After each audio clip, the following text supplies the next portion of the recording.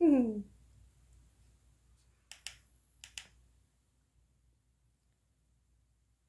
mind me. I'm just playing with my new ring light.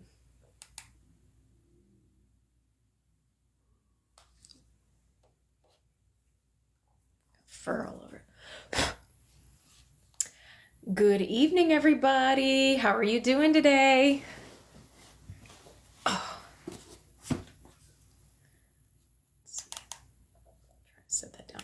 I got a new ring light a few days ago, so I'm still kind of like messing around with the settings and stuff. So, thank you all for joining me this evening. Hi.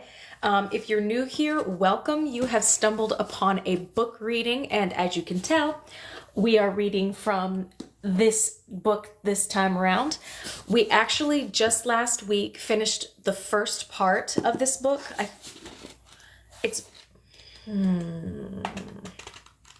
think it's broken down just into two.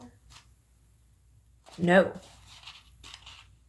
It's broken down into 3 parts, I think. Yes. So this book is broken down into 3 parts. We just finished the first part last week, and that was 3 readings.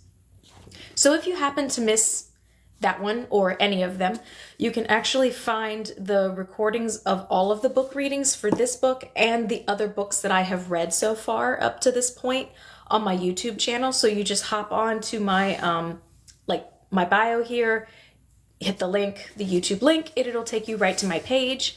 And on top of the book readings, you will also see like my main Nikki content that I post on TikTok as well, so you kind of get like 2 for 1. But I am so excited to see you all here this evening. Hello, Richard. Eileen, Yadira, hello everyone. So typically what happens is we wait till about 5 after just for people to get logged on and get comfy, grab their favorite drink, get into some comfy clothes. Unless you're some of you who are watching me from overseas right now and it's already like the middle of the night and you're watching me read. So, you're already beating everybody ahead of time. So normally I'm drinking water, but I just wanted some coffee. It's just been a coffee day. So Kathleen, Gigi, hello. So hopefully everyone's weekend was very nice, or at the very least very calm and very relaxing, if nothing else.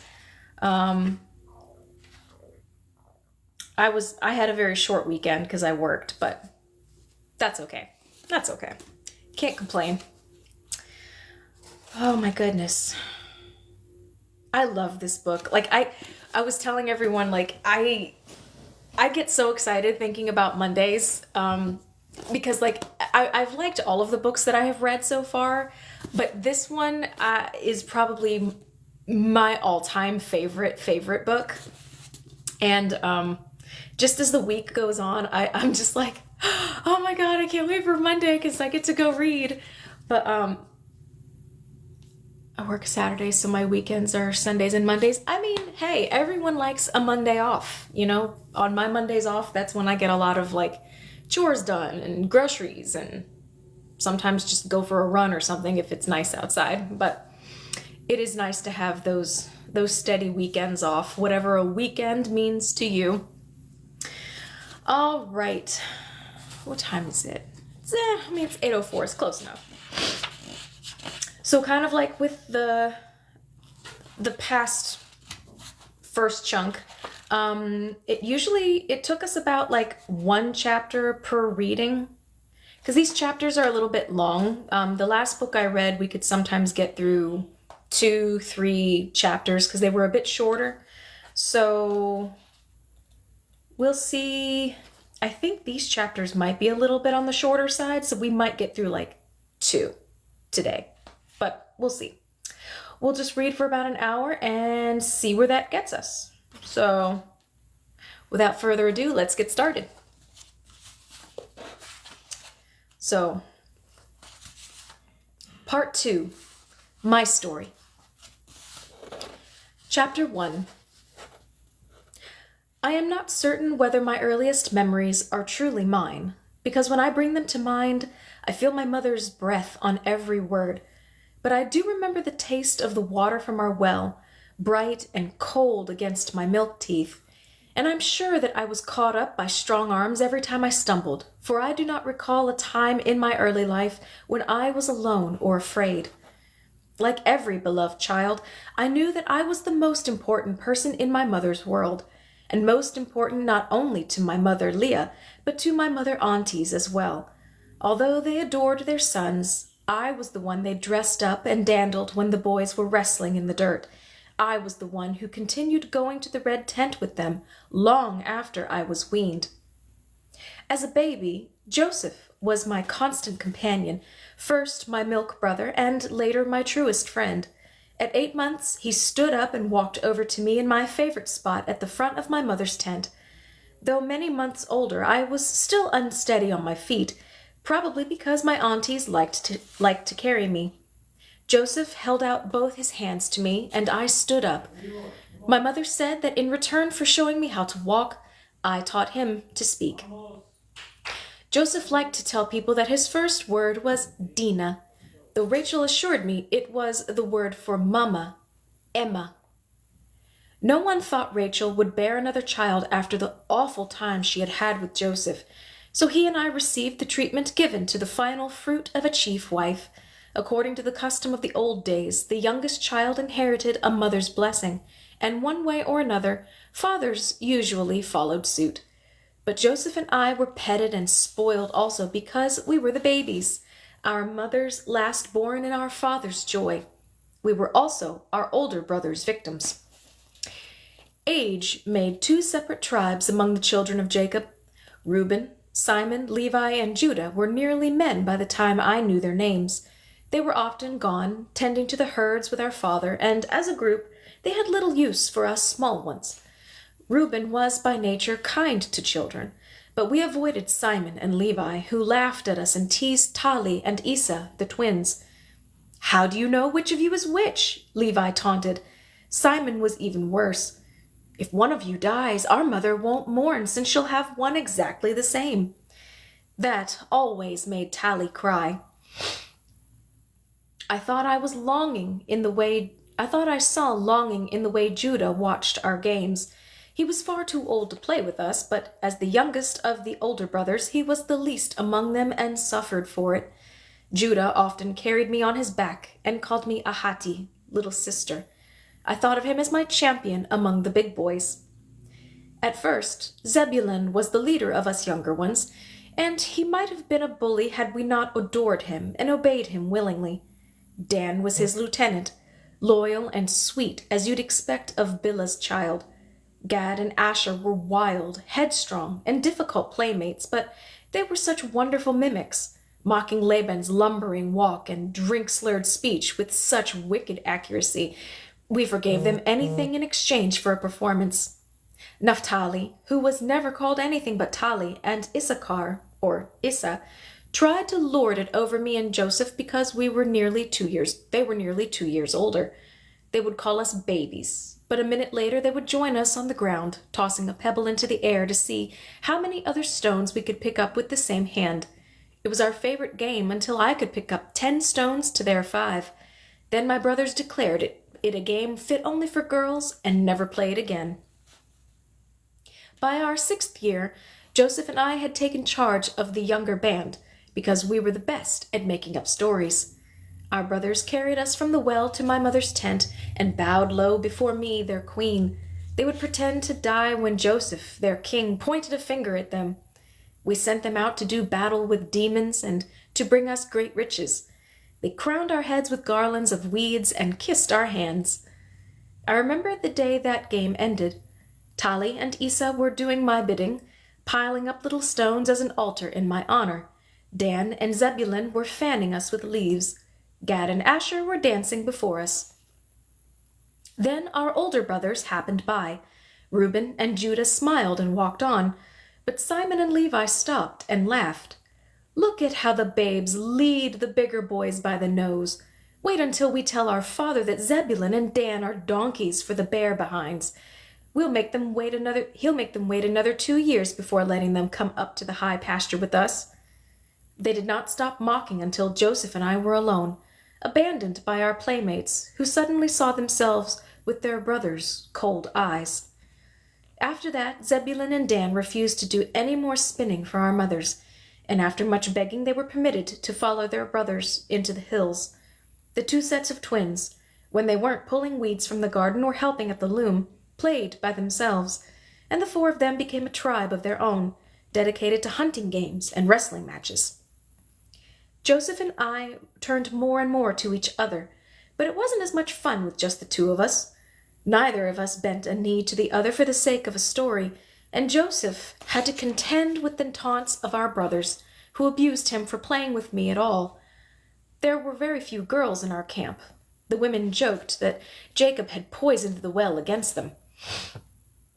I tried to make friends with the few daughters of bondswomen, but I was either too old or too young for their games, and so by the time I could carry a water jar from the well, I started to think of myself as a member of my mother's circle. Not that children were often left to their games. As soon as we were old enough to carry a few sticks of wood, we were put to work pulling weeds and insects from the garden, carrying water, carding wool, and spinning. I do not remember a time before my hand held a spindle. I remember being scolded for my clumsiness, for getting burrs in my wool, and for the unevenness of my string. Leah was the best mother, but she was not the best teacher. Skills came to her so easily that she could not understand how even a small child could fail to grasp something so simple as the turning of string. She lost patience with me often. "How is it that a daughter of Leah could have such unlucky fingers?" she said one day, looking at the tangle I had made of my work. I hated her for those words. For the first time in my life, I hated my mother.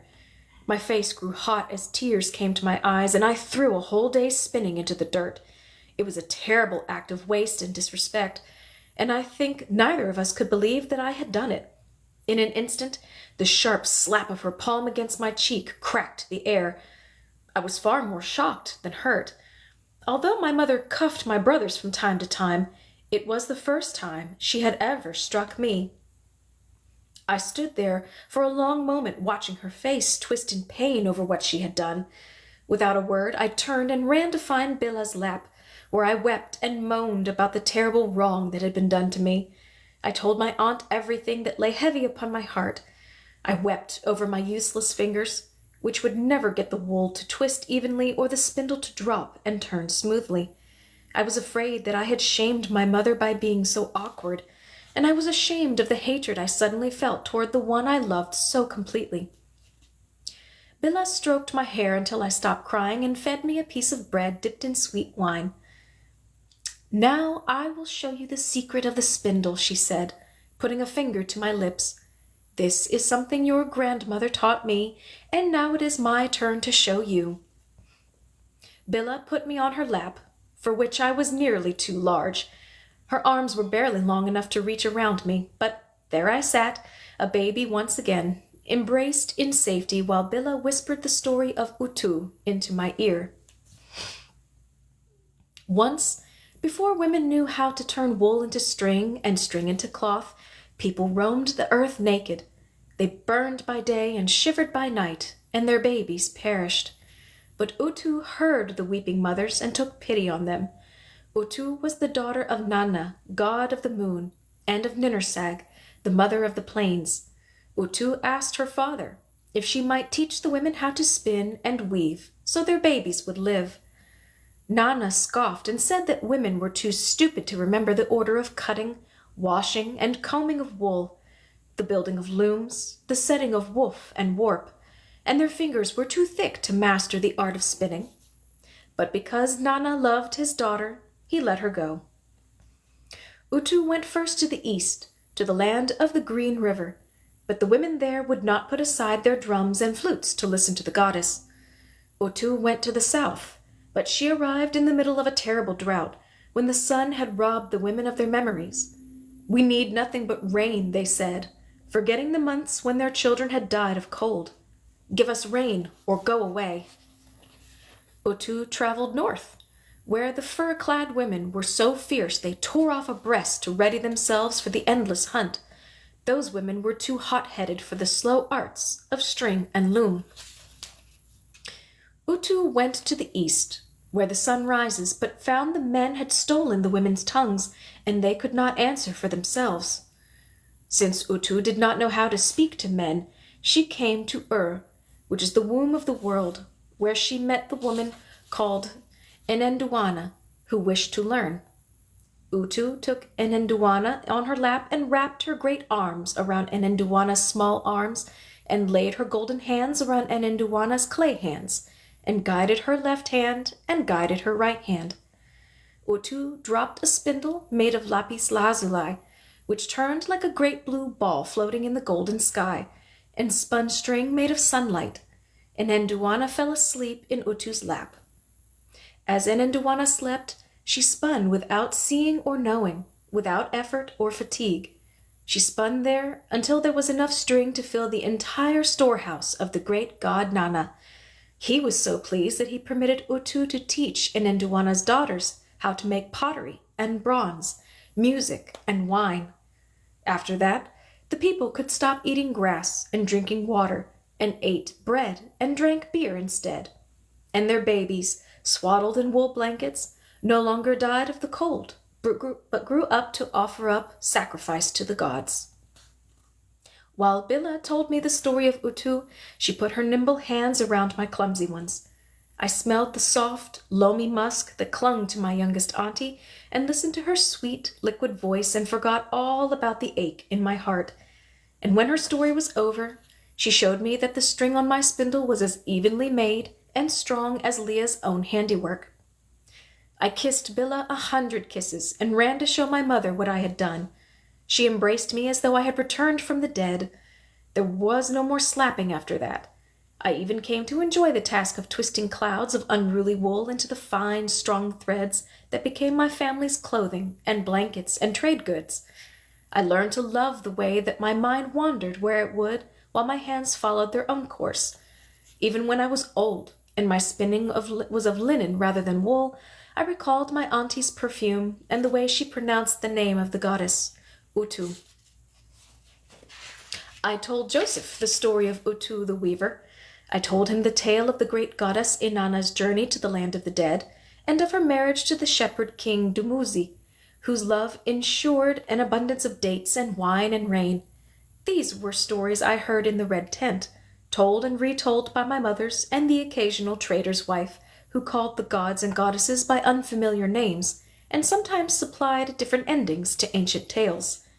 Joseph, in turn, told me the story of Isaac's binding and the miracle of his release, and of our great-grandfather Abram's meetings with messengers from the gods. He told me that our father, Jacob, spoke with the El of his fathers, morning and evening, even when he made no sacrifice. Our father said that the formless, faceless God with no other name than God came to him by night in his dreams, and by day in solitude only, and that Jacob was sure that the future of his sons would be blessed by this one. Joseph described to me the wondrous grove of terebinth trees in Mamre, where our great-grandmother spoke to her gods every evening, and where someday our father would take us to pour a libation in the name of Sarai. Those were the stories Joseph heard from Jacob, sitting among our brothers while the sheep and goats grazed. I thought the women's stories were prettier, but Joseph preferred our father's tales. Our talk was not usually so lofty. We shared the secret of sex and begetting, and laughed, aghast, to think of our parents behaving like the dogs in the dust. We gossiped endlessly about our brothers, keeping close watch on the rivalry between Simon and Levi, which could flare into blows over something as trivial as the placement of a staff against a tree. There was an ongoing contest, too, between Judah and Zebulun, the two oxen among the brothers. But theirs was a good-natured battle to see which was the stronger, and each would applaud his brother's ability to lift great rocks and carry full-grown ewes across a meadow. Joseph and I watched as Zilpah's sons became my mother's champions, for Gad and Asher were embarrassed by their own mother's eccentricities. Her inability to make decent bread sent them to Leah's tent, They did not understand or value Zilpah's skill at the loom, and of course they had no way of knowing her talent for storytelling. So they carried their little trophies, flowers, brightly colored stones, the remnants of a bird's nest, to my mother's lap. She would tousle their hair and feed them, and they would strut like little heroes. On the other hand, Tali and Isa, the twins of Leah's own womb, were not so fond of her. They hated looking so much alike and blamed their mother for it. They did everything they could to distinguish themselves from each other, and were almost never seen together. Isa attached himself to Rachel, who seemed charmed by his attentions and let him carry and fetch for her. Tali became fast friends with Bilhah's Dan, and the two of them liked to sleep side by side in Bilhah's tent, hanging on to the words of their big brother Reuben, who was also drawn to the peace and stillness that enveloped my aunt. Leah tried to bribe Isa and Tali back to her with sweets and extra bread, but she was far too busy with the work of her family to pine for attentions from two of her many sons, and she did not suffer for lack of love. When I caught her watching one of her boys walking toward another mother's tent at nightfall, I would pull at her hand. Then she would lift me up so that our eyes could meet, and kissed me on one cheek and then the other, and then on the tip of my nose. This always made me laugh, which would in turn always bring a warm smile to my mother's face. One of my great secrets was knowing that I had the power to make her smile. My world was filled with mothers and brothers, work and games, new moons and good food. The hills in the distance held my life in a bowl filled with everything I could possibly want. I was a child when my father led us away from the land of the two rivers, south to the country of his birth. Young as I was, I knew why we were going. I could feel the hot wall of anger between my father and my grandfather. I could almost see the heat between them on the rare occasions they sat together. Laban resented my father for his accomplishments with the herds, and for his sons who were so plentiful and so much more skillful than his own two boys. Laban hated the fact that he owed his success to the husband of his daughters. His mouth turned sour whenever Jacob's name was mentioned.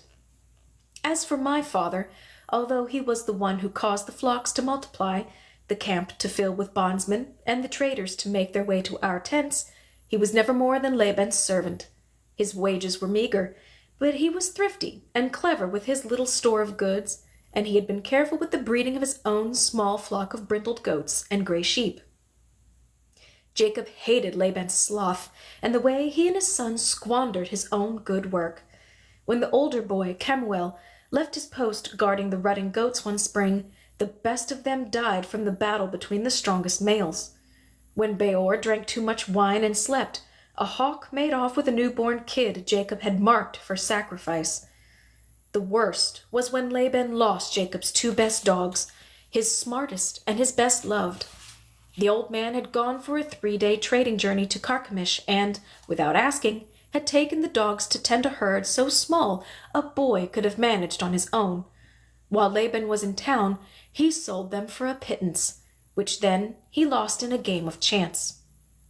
The loss of his dogs put my father in a rage. The night Laban returned to camp, I heard their shouts and curses even as I fell asleep. Afterward, my father's scowl was impenetrable. His fists did not unclench until he had sought out Leah and poured out the details of this latest grievance. My mother and aunts had nothing but sympathy for Jacob. Their loyalty to Laban had never been strong, and as the years passed, they piled up reasons to despise him.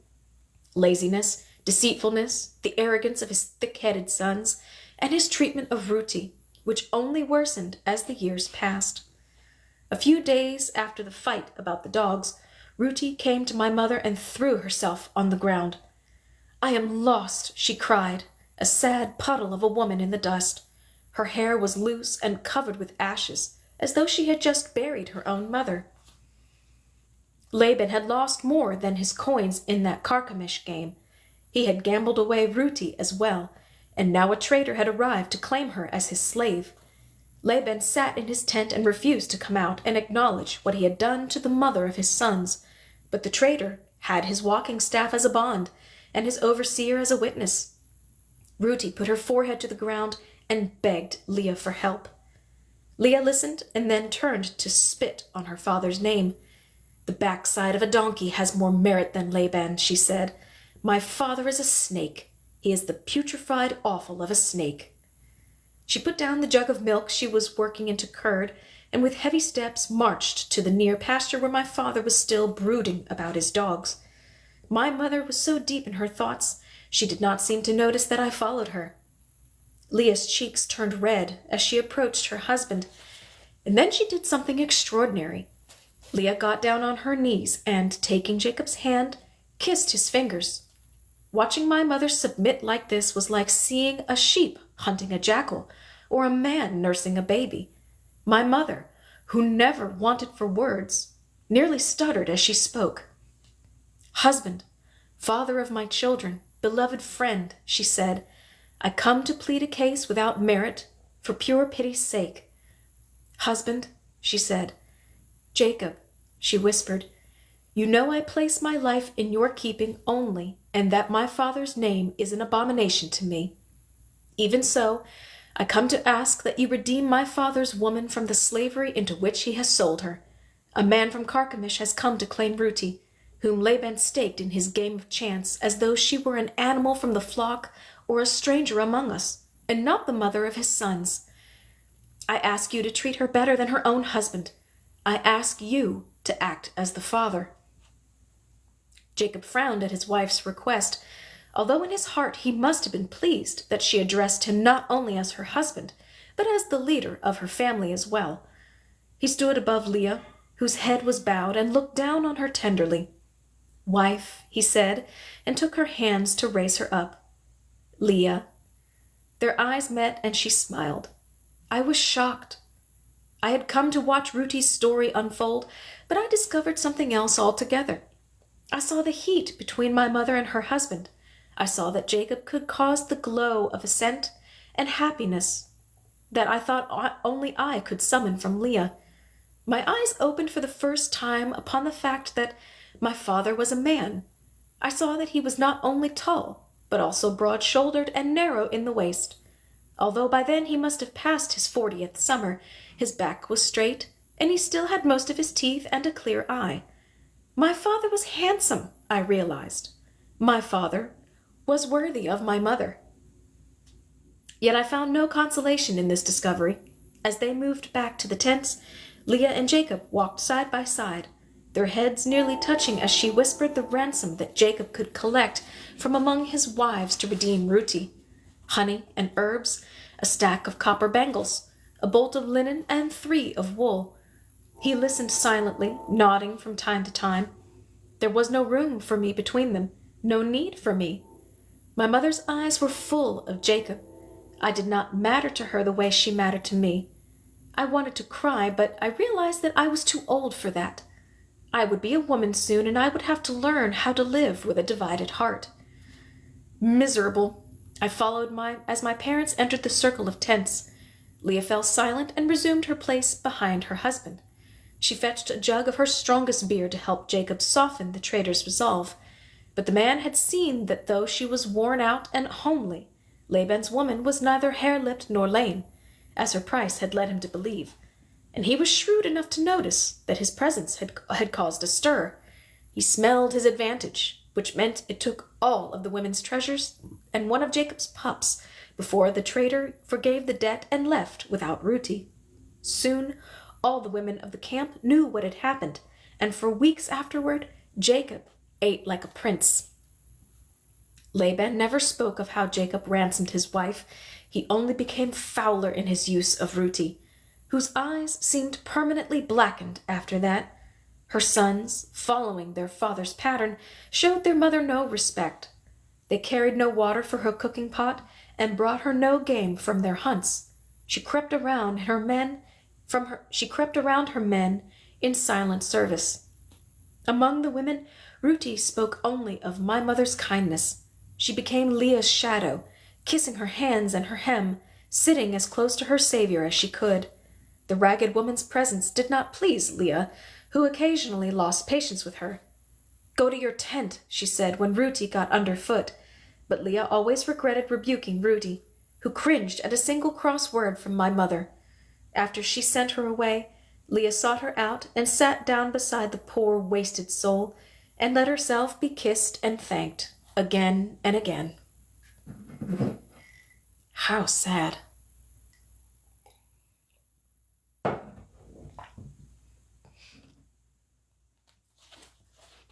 Chapter 2. In the days following Rudi's redemption, Jacob began to plan our departure in earnest. During his nights with Leah and during his nights with Rachel, he spoke of his longing to leave Laban's tents and return to the land of his father. Jacob told Bilhah that his restlessness consumed his peace and that he slept badly. Jacob found Zilpah on a night when sleeplessness chased them both, separately, to the whispering comfort of the great terebinth that stood by the altar. Even on still, airless nights, breezes hid among the broad, flat leaves of Zilpah's tree. Jacob had told his fourth wife that his God had appeared to him and said that it was time to leave the land of the two rivers. It was time to take his wives and his sons and the wealth that he had built up with his hands. Jacob told Zilpah that his dreams had become ferocious. Night after night, fiery voices called him back to Canaan, to the land of his father. Fierce as his dreams were, they were joyful too. Rebekah shone like the sun, and Isaac smiled a blessing. Even his brother no longer threatened, but appeared as a huge, ruddy bull that welcomed Jacob to ride upon his wide back. And it seemed Jacob had no need to fear his brother any more, for traders from Canaan had brought news that Esau had become a prosperous herdsman with many sons of his own and a reputation for generosity. In their day alone in the red tent, Jacob's wives spoke among themselves about their husbands' dreams and plans. Rachel's eyes shone at the prospect of moving to the south. She was the most traveled among them, having attended at births throughout the hills, to Carchemish, and once to the city of Haran itself. Oh, to see great mountains and a real city, she said, marketplaces filled with fine goods and fruits whose names we do not even know. We will meet faces from the four corners. We will hear the music of silver timbrels and golden flutes. Leah was not so eager to discover the new worlds beyond the valley that had given her life. I am content with the faces I see around me here, she said, but I would dearly love to be free of Laban's stench. We will go, of course, but I will leave with regret. Bilhah nodded. I will grieve to leave Ada's bones. I will miss seeing the sun rise on the place where I gave birth to my son. I will mourn the passing of our youth, but I am ready, and our sons are wild to be gone from here. Bilhah gave voice to a truth that had gone unspoken. There was not enough room for so many sons to make their way in Haran, where every hillock had been claimed for many generations. There was no land in the country of their mothers. If the family did not leave together, the women would soon break their hearts watching as their sons turned against each other or disappeared in search of their own paths. Zilpah's breath grew louder and more uneven as her sisters turned their faces to the future. I cannot go, she burst out. I cannot leave the holy tree, which is the source of my power, or the bama, which is soaked in my offerings. How will the gods know where I am if I am not here to serve them? Who will protect me? Sisters, we will be beset by demons. She was wide-eyed. This tree, this place, this is where she is, my little goddess, Nanshe. The sisters sat up to hear Zilpah speak the name of her own deity, something done only on a deathbed. Their sister felt herself at the end of hope, and her voice was choked with tears as she said, You too, sisters, all of your named gods abide here. This is the place where we are known, where we know how to serve. It will be the death to leave, I know it. There was silence as the others stared. Bilhah spoke first.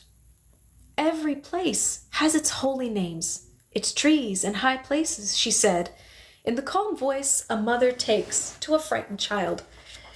There will be gods where we go. But Zilpah would not meet Bilhah's eyes and only shook her head from side to side. No, she whispered. Leah spoke next. Zilpah, we are your protection. Your family, your sisters, are the only surety against hunger, against cold, against madness. Sometimes I wonder if the gods are dreams and stories to while away cold nights and dark thoughts. Leah grabbed her sister by the shoulders. Better to put your trust in my hands and Jacob's than in stories made out of wind and fear. Zilpah shrank under her sister's hands and turned away. No, she said. Rachel listened to Leah's sensible blasphemy in wonder and spoke, picking words for thoughts she discovered only as she gave them voice. We can never answer your fear with proof, Zilpah. The gods are always silent. I know that women in travail find strength and comfort in the names of their gods. I have seen them struggle beyond all hope at the sound of an incantation. I have seen life spared at the last moment, for no other reason than that hope. But I know, too, that gods do not protect even the kindest, most pious women from heartbreak or death. So Bilhah is right. We will take Nanshe with us, she said, naming Zilpah's beloved goddess of dreams and singers. We will take Gula, too, naming the goddess of healing, to whom Rachel had made offerings. And then, as the idea grew in her mind, Rachel blurted, We will take all of the teraphim from our tents and carry them into Canaan with our husband and our children. They will do us no harm, surely, said Rachel, speaking faster and faster as the plan formed in her mind. If they are in our keeping, they will do Laban no good, she added slyly. Bilhah and Leah laughed nervously at the idea of Laban stripped of his sacred figures. The old man consulted the statues when he had any choice to make, stroking his favorites absent-mindedly for hours at a time. Leah said they soothed him in the way a full breast soothed a cranky baby. To leave with the teraphim was to incite Laban's wrath. Even so, Rachel had some claim to them. In the old days, when the family had lived in the city of Ur, it was the unquestioned right of the youngest daughter to inherit all the holy things. Those ways were no longer held in universal respect, and Kemuel could claim the teraphim as part of an older son's birthright with just as much authority. The sisters sat in silence, considering Rachel's bold idea. Finally, Rachel spoke. I will take the teraphim, and they will be a source of power for us. They will be a sign of our birthright. Our father will suffer as he has made others suffer. I will not speak of this again. Zilpah wiped her eyes.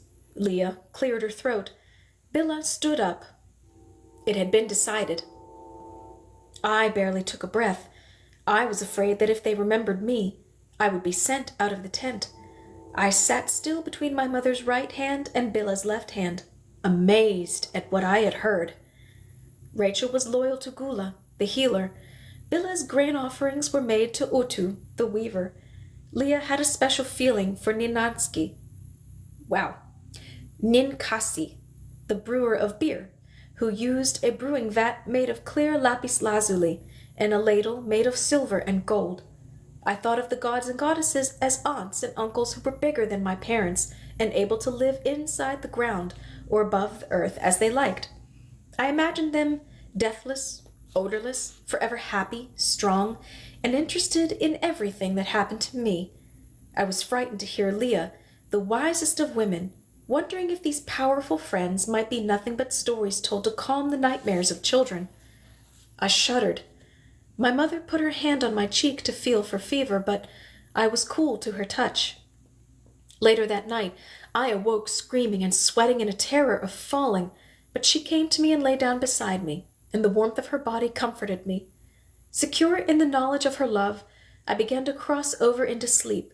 Then I roused for a moment, thinking I heard Rachel's voice saying, Remember this moment, when your mother's body heals every trouble of your soul. I looked around, but my auntie was nowhere nearby. It must have been a dream. 3 days later, Leah walked to the rocky pasture in the west to tell Jacob that his wives were ready to go with him to the land of his birth. I followed after her, carrying some bread and beer from my father. I was not entirely pleased at being pressed into service on such a warm day. As I came over the rise that separated our camp from the grazing, I was stopped by a scene of perfect wonder. Many of the ewes were heavy with lambs and barely moved in the gathering heat. The rising sun summoned the clover's scent. Only the bees made a sound under the brazen blue banner of sky. I stopped as my mother walked ahead. The world seemed so perfect, so complete, and yet so impermanent that I nearly wept. I would have to tell Zilpa about this feeling, and asked if she knew a song for it. But then I realized that something in the universe had shifted. Something important had changed. I searched the horizon. The sky was still clear, the clover still pungent, the bees buzzed. I noticed that my mother and my father were not alone. Leah stood facing her husband. By her side was Rachel. The two women had made a kind of peace years earlier. They did not work together or consult with each other. They did not sit next to each other in the red tent or address each other directly, and they were never in their husband's presence at the same time. Yet, now the three stood in plain sight, talking like old friends. The women had their backs to me. The conversation ended as I approached. My mother and aunt turned away from Jacob and, upon seeing me, replaced their solemn expressions with the false smiles that adults show children from whom they wish to hide something. I did not return their smiles. I knew they had been talking of leaving. I placed my father's food and drink at his feet, and had turned to follow Leah and Rachel back to the tent when Jacob, my father, spoke. "Dina," he said. It was the first time I remember hearing my name in his mouth. "Thank you, girl. May you always be a comfort to your mothers." I looked into his face, and he smiled a real smile at me. But I did not know how to smile at my father or answer him, so I turned to run after my mother and Rachel, who had already begun the walk back to the tents. I slipped my hand into Leah's and peeked back to look at Jacob once more, but he had already turned away from me. Jacob began to negotiate for our departure that evening. As night fell, and for many nights afterward, the women lay down on their beds with the sound of men's voices loud in their ears. Laban was perfectly willing to see Jacob gone with his daughters and the grandsons who ate too much and respected him too little. But the old man hated to think that Jacob might leave a rich man. During the long nights of shouting, Laban sat between his sons, Kemuel and Beor. The three of them drank beer and wine and yawned into Jacob's face, and ended their conversations before anything could be settled. Jacob sat between his eldest sons, Reuben and Simon, and touched no drink stronger than barley beer. Behind him stood Levi and Judah. The 7 younger boys stood outside the tent, straining to hear what was said. Joseph told me what he overheard, and I repeated everything to my mothers. But I did not tell Joseph about the whispered conversations among the women. I did not report their hoarding of hard bread, or how they had taken to sewing herbs into the hems of their garments. I knew better than to breathe of Rachel's plan to carry off the teraphim. Night after night, Laban argued that he owed Jacob nothing more than the meager dowries he'd bestowed upon Leah and Rachel, which would have left my father without so much as the tents over our heads. Then, in a great show of generosity, he offered 20 head of sheep and 20 goats, one of each kind for every year of Jacob's service, which had enriched Laban beyond his dreams. Jacob, for his part, claimed the right of any overseer, which would have given him 1/10 of the herds, and the pick of them too. He demanded his wife's personal property, which amounted to a good pile of grindstones and spindles, looms and jugs, jewelry and cheeses. He reminded Laban that his tents, his flocks, and the bondsmen in his debt had come to him through the work of Jacob's hands. He threatened to seek justice from the tribunal at Haran, but that only made Laban sneer. He had gambled and drunk deeply with the town fathers for many years, and had no doubt whose side they would take. Late one night, after weeks of fruitless talk, Jacob found the words that moved Laban's heart. The husband of Leah and Rachel, the father of the sons of Zilpah and Bilhah, fixed Laban with his eye and threatened that the God of his fathers would not look kindly on one who swindled the anointed of his tribe. Jacob had said that his God had come to him in a dream and spoken to him and told him to go with his wives and his sons and his flocks in abundance. Jacob's God had said that anyone who tried to thwart him would suffer in his body, in his flocks, and in his sons. This troubled the old man, who shivered before the power of any god. When Jacob invoked the God of his fathers, the smirk dropped from Laban's lips. Jacob's success with the flocks, the health of his 11 sons, the loyalty of the bondsmen to him, and even the prowess of his dogs, all this signaled that Jacob was blessed by heaven.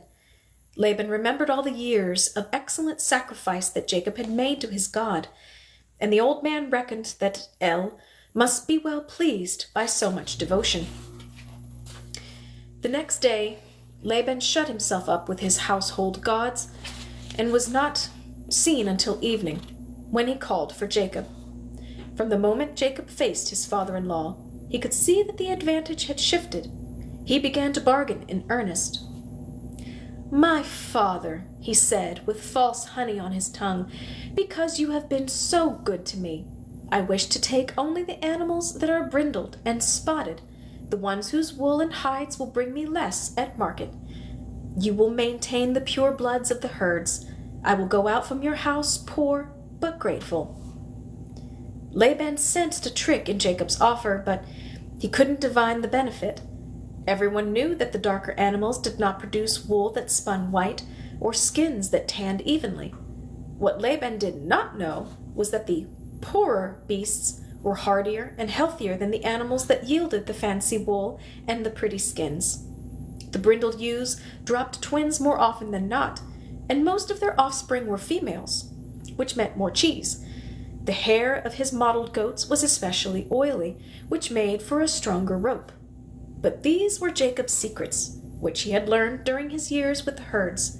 This was knowledge that Laban's laziness had cost him. Laban said, "So be it," and the men drank wine to seal the agreement. Jacob would go with his wives and his sons, and with the brindled and spotted flocks, which numbered no more than 60 goats and 60 sheep. There would have been more livestock, but Jacob traded for 2 of the bondsmen and their women. In exchange for a donkey and an ancient ox, Jacob agreed to leave 2 of his dogs, including the best of his herders. All of the household goods of Leah and Rachel were Jacob's to take, as well as the clothing and jewelry worn by Zilpah and Bilhah. Jacob claimed his sons' cloaks and spears, 2 looms and 24 minas of wool, 6 baskets of grain, 12 jugs of oil, 10 skins of wine, and water skins, 1 for each person. But that was only the official reckoning, which did not take into account my mother's cleverness. They decided upon a date for our departure, in 3 months' time. While that seemed an eternity when it was first announced, the weeks passed quickly. My mother set about collecting, discarding, packing, sorting, trading, washing. They devised sandals for the journey and baked loaves of hard bread. They hid their best jewelry deep inside the grain baskets, in case thieves accosted us on the road. They scoured the hills for herbs to fill up their pouches. Had they chosen to, my mothers could have stripped the garden bare. They could have taken every onion bulb, dug up every buried store of grain, and emptied every beehive within walking distance. But they took only what they considered rightly theirs, and nothing more. They did this not out of respect for Laban, but for the bondswomen and their children who would be left behind. Sent to fetch and carry, I worked hard too. No one petted me or fussed over my hair. No one smiled into my face or praised my spinning. I felt misused and ignored, but no one noticed when I brooded. So I stopped feeling sorry for myself, and I did as I was told. It might have been a joyous time had it not been for Ruti, who, in the last weeks of our preparations, lost all heart. She took to sitting in the dust before Leah's tent, a graven image of despair forcing everyone to step around her. Leah crouched down and tried to persuade Ruti to move, to come inside her tent and eat something, to take comfort. But Ruti was past comfort. Leah suffered for the poor woman, who was no older than she, yet whose teeth were gone and who shuffled like a crone. But there was nothing to be done, and after several attempts at coaxing her out of her misery, my mother stood up and moved on. On the night before the last new moon we spent in the land of the 2 rivers, the wives of Jacob gathered quietly in the red tent. The sisters sat, letting the three-cornered cake sit untouched in the basket before them. Billa said, "Ruti will die now." Her words hung in the air, unchallenged and true. One day, Laban will hit her too hard, or she will simply waste away from the sorrow. Zilpah sighed into the silence, and Leah wiped her eyes. Rachel stared at her hands. My mother pulled me into her lap, a place that I had outgrown, but I sat there and let her baby me, and enjoyed her thoughtless caresses. The women burned a portion of their lunar cake in an offering, as they did for every new moon, as they did every seventh day, but they sang no songs of thanksgiving, nor did they dance. The next day the bondswomen joined Jacob's wives for the moon days, but it was more like a funeral than a feast. No one asked the pregnant woman to recount her symptoms. No one spoke of the exploits of her son. The women did not braid one another's hair or rub one another's feet with oil. The sweet cakes went untouched except by babies who wandered in and out, seeking their mother's breasts and laps. Of all the bondswomen, only Zebatu and Uzna would be going to Canaan with my mothers. The others would stay behind with their husbands. It was the end of a long sisterhood.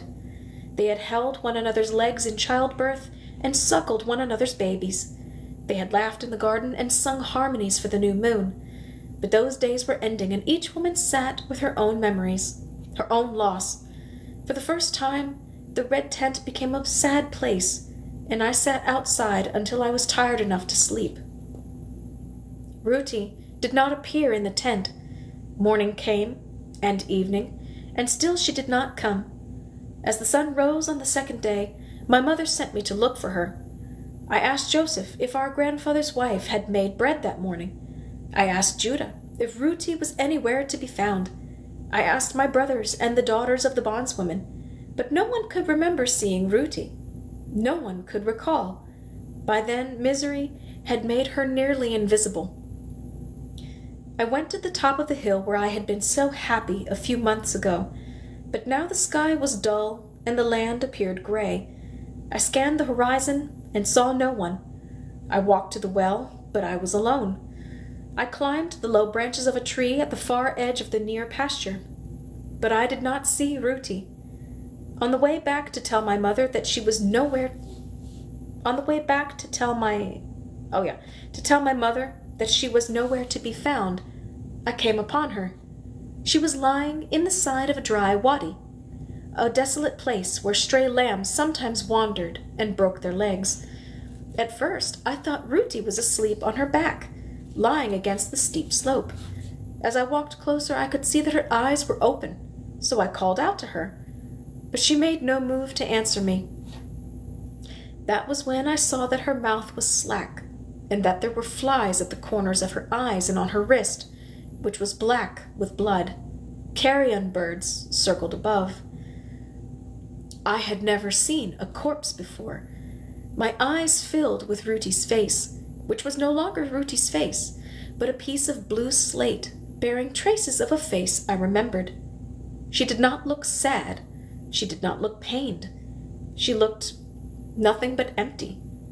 I stared, trying to understand where Ruti had gone, and although I didn't realize it, I was holding my breath. I might never have moved from that spot had Joseph not approached behind me.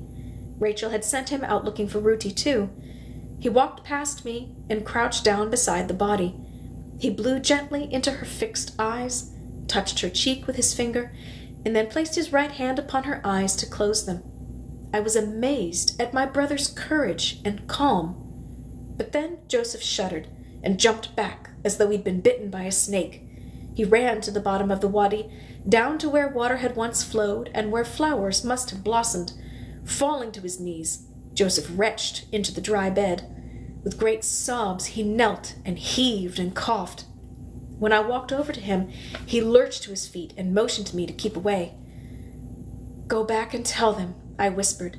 "I'll stay here and keep the vultures away." I regretted my words the moment they were out of my mouth. Joseph didn't bother to answer, but bolted as though a wolf were pursuing him. I turned away from the body. but I could not shut out the sound of the flies at her wrist and the bloody knife that lay by her side. The vultures flapped and squawked. The wind cut through my tunic, and I shivered. I walked to the top of the wadi and tried to think kind thoughts about Ruti, but all I could remember was the fear in her eyes, the dirt in her hair, the sour smell of her body, the defeated crouch. She had been a woman just as my mother was a woman, and yet she was a creature totally unlike my mother. I did not understand Leah's kindness to Ruti. In my heart, I shared her son's disdain for her. Why did she submit to Laban? Why did she not demand her son's respect? How could she find the courage to kill herself when she had no courage for life? I was ashamed of my heart's coldness, for I knew that Bilhah would have cried to see Ruti lying there, and that Leah would pour ashes on her own hair when she learned what had happened. But the longer I stood there, the more I hated Ruti for her weakness and for making me keep watch. It seemed no one would come for me, and I began to tremble. Perhaps Ruti would rise up and take her knife to me as punishment for my cruel thoughts. Perhaps the gods of the underworld would come for her and take me as well. I started to weep for my mother to come and rescue me. I called the name of each aunt. I called Joseph and Reuben and Judah, but it seemed they had forgotten me. By the time I saw the shape of two people moving across the meadow, I was sick with worry. There was no comfort. There was no one to comfort me. The women had remained in the tent. Only Ruti's horrible sons had come. They threw a blanket over their mother's face without so much as a sigh. Beor threw the little bundle that was Ruti over his shoulders, as if he were carrying a stray kid. I followed him alone. Kemuel paid no attention to his poor dead mother, and hunted a rabbit on the way back. "Ha ha!" he shouted, when his arrow found its mark. Only when I saw the red tent on the edge of the camp did the tears begin to run down my cheeks again, and I ran to my mother's. Leah searched my face and covered it with kisses. Rachel hugged me close and laid me down on her fragrant bed. Zilpah sang me a lullaby about abundant rains and luxuriant harvests, while Bilhah rubbed my feet until I fell asleep.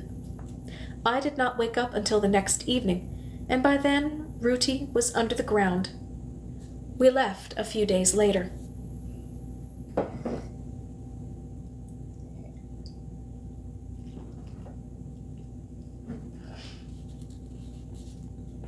My father and older brothers, all the bondsmen, and Laban's sons went off to the far pastures to separate the brindled and spotted livestock that now belonged to Jacob. Of all the men, only Laban remained in camp, counting up jugs as they were filled, making messes of neatly piled woolens to check that we took nothing he had not agreed to. "It is my right," he barked without apology. I know, Lee, isn't this book amazing? Eventually, Laban grew tired of spying on his daughter's labors and decided to go to Haran on business. Leah sneered at the announcement. "The old man is going to gamble and drink and boast to the other lazy clods that he is finally rid of his greedy son-in-law and his ungrateful daughters," she told me as we cooked a meal for him to take on his journey. Beor accompanied Laban, who made a great show of leaving Kemuel in command. "He has my authority in all things," said Laban to the wives and younger sons of Jacob, whom he assembled for his departure. No sooner had Laban disappeared over the hill than Kemuel demanded that Rachel herself bring him strong wine. "Send me no ugly serving girls," he bellowed. "I want my sister." Rachel made no objection to serving him, as it gave her the opportunity to pour an herb that hastened sleep into his cup. "Drink well, brother," she said sweetly as he swallowed the first cup. "Have another." He was snoring within an hour of Laban's departure. Every time he roused, Rachel went to his tent with her brew and sat with him, feigning interest in his crude attempts at seduction, and filling his cup so full and so often that he lost the whole day, and the next one too. While Kemuel snored, the men returned, bringing the flocks into the near pasture just over the rise from the tents, so the final hours of our preparation were filled with bleeding dust and animal smells.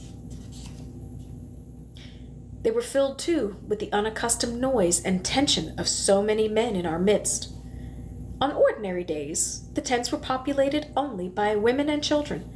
A sick or feeble man might lie on his bed or sit in the sun while the work of wool and bread and beer progressed about him, but such a man knew enough to be embarrassed and kept to himself. We had a whole crowd of healthy men with little to do.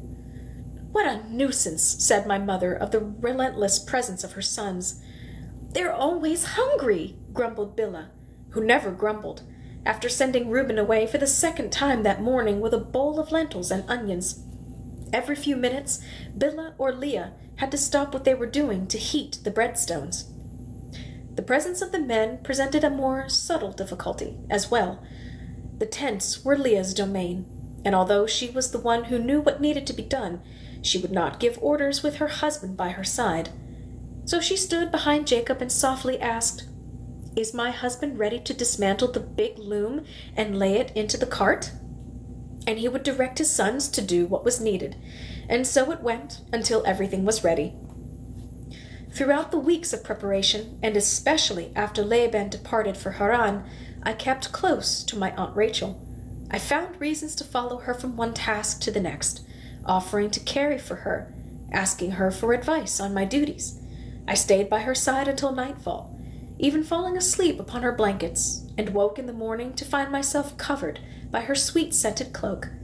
I tried to be careful, but she knew that I was watching her.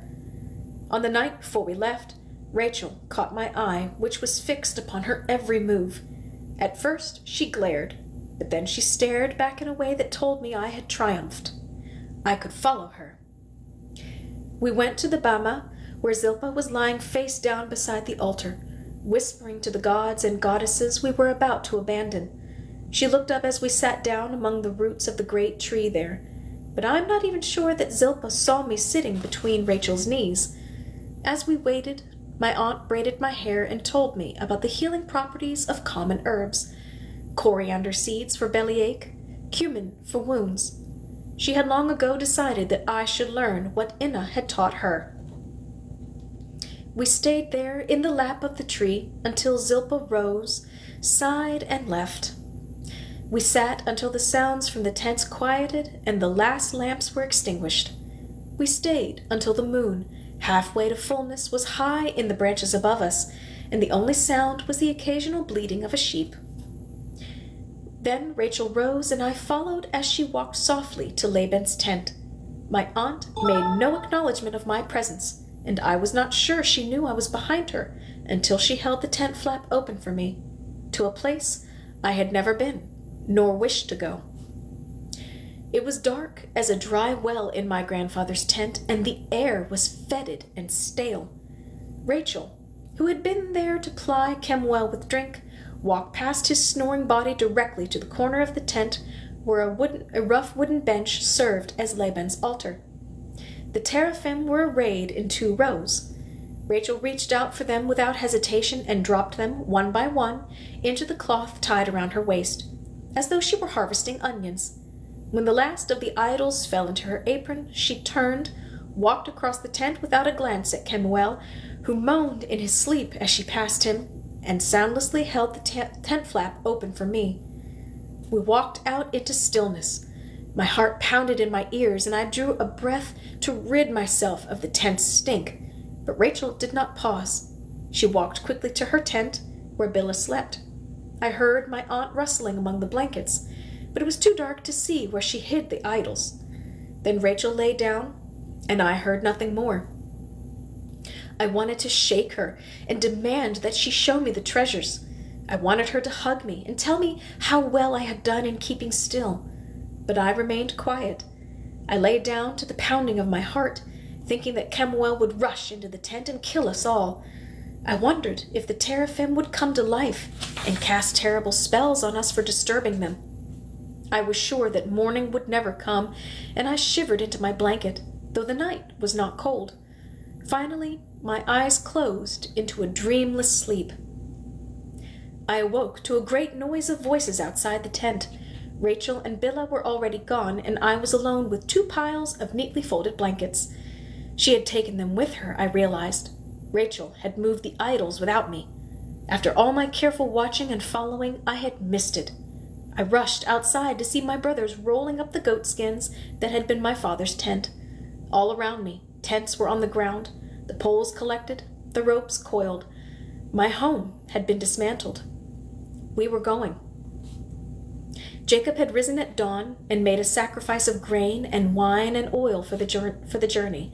The herds, sensing a change, were bleating and kicking up dust. The dogs would not stop barking. Half of the tents were down, leaving the camp looking lopsided and desolate as... Hold on. There we go. Half of the tents were down, leaving the camp looking lopsided and desolate, as though a great wind had blown away half the world. We ate a morning meal salted by the tears of those who would not accompany us. The women put away the last of the bowls and stood with empty hands. There was nothing left for us to do, but Jacob gave no sign for us to leave. Laban had not returned from Haran as he had promised. The sun began to rise higher, and we should have been long gone. But Jacob stood alone at the top of the ridge that faced the road to Haran, squinting for a sign of Laban. Jacob's sons muttered among themselves. Zilpah walked to the bama, where she ripped her tunic and placed ashes on her hair. It grew hot and still, and even the herds quieted down. Then Rachel walked past Reuben and Simon, Levi and Judah, who stood at the bottom of the hill where Jacob watched, and she approached her husband and said, "Let us go. Kemuel told me his father will return with spears and riders to prevent us from leaving. He is gone to tell the judges in Haran that you were a thief. We must not wait." Jacob listened and then replied, "Your father fears my God too much to act so boldly, and Kemuel is a fool." Rachel bowed her head and said, "My husband may know better, but the herds are ready and the goods are packed. Our feet are shod and we stand with nothing to do. We do not steal away in the dark of night. We take nothing but what is our own. The season is right. If we wait much longer, the moon will begin to wane, and a darkening moon is no time to embark upon a journey." Jacob knew that Rachel spoke nothing but the truth, and had no wish to see Laban again. Indeed, he was furious with the old man for making him wait, for making him leave like a thief, without giving proper farewell to the grandfather of his sons. Rachel's words spoke to Jacob's own purpose, and after she left him, he gave the order to go. Impatient to be under way, the sons of Jacob shouted with happiness, but a wail went up from the women who were staying behind. My father signaled us to follow him. He led us first to the bama, where each of us placed a tiny pebble by the altar. The men picked up any small rock that lay at their feet to leave in farewell. Leah and Rachel sought out stones from around the foot of the nearby terebinth, which had given them many years of shade and comfort. No words were spoken. The stones would testify for us, though Billa kissed hers before laying it on top of the others. Zilpah and I alone were prepared for this moment. Weeks earlier, my grieving aunt had taken me to the wadi where Ruti had died, and showed me a place at the bottom of the ravine filled with smooth, oval-shaped stones. She chose a tiny white one, the size of her thumbnail. I took a red one, streaked with black, nearly as big as my fist. She kept it for me and placed it in my palm as we walked for the last time to the holy place of my family. Then Jacob led his family over the hill to where the bondsmen waited with the herd. My mothers did not look back, not even Zilpah, whose eyes were red but dry. All right. I love this book so much. I will say that like another 50 times probably. So forgive me if I sound repetitive, but I love this story so much. Thank you guys for joining me for another reading on this Monday, well, sometimes for some of you Tuesday morning. I hope that you guys have an enjoyable rest of your week. Please stay hydrated. Please stay safe. First read it when it came out. I'm super old. Well, I think this is the 20-year. I think this has been out for about 20 years. And your profile picture, my darling, does not make you look old. So, no more of that. But anyway, I hope you guys have a fantastic week. I will see you next Monday, same time, same place, same amazing story. Girl, that's still young. Stop it. You stop. 48. Please. Anyway, yeah. Have a great night, and I'll see you next week. Bye.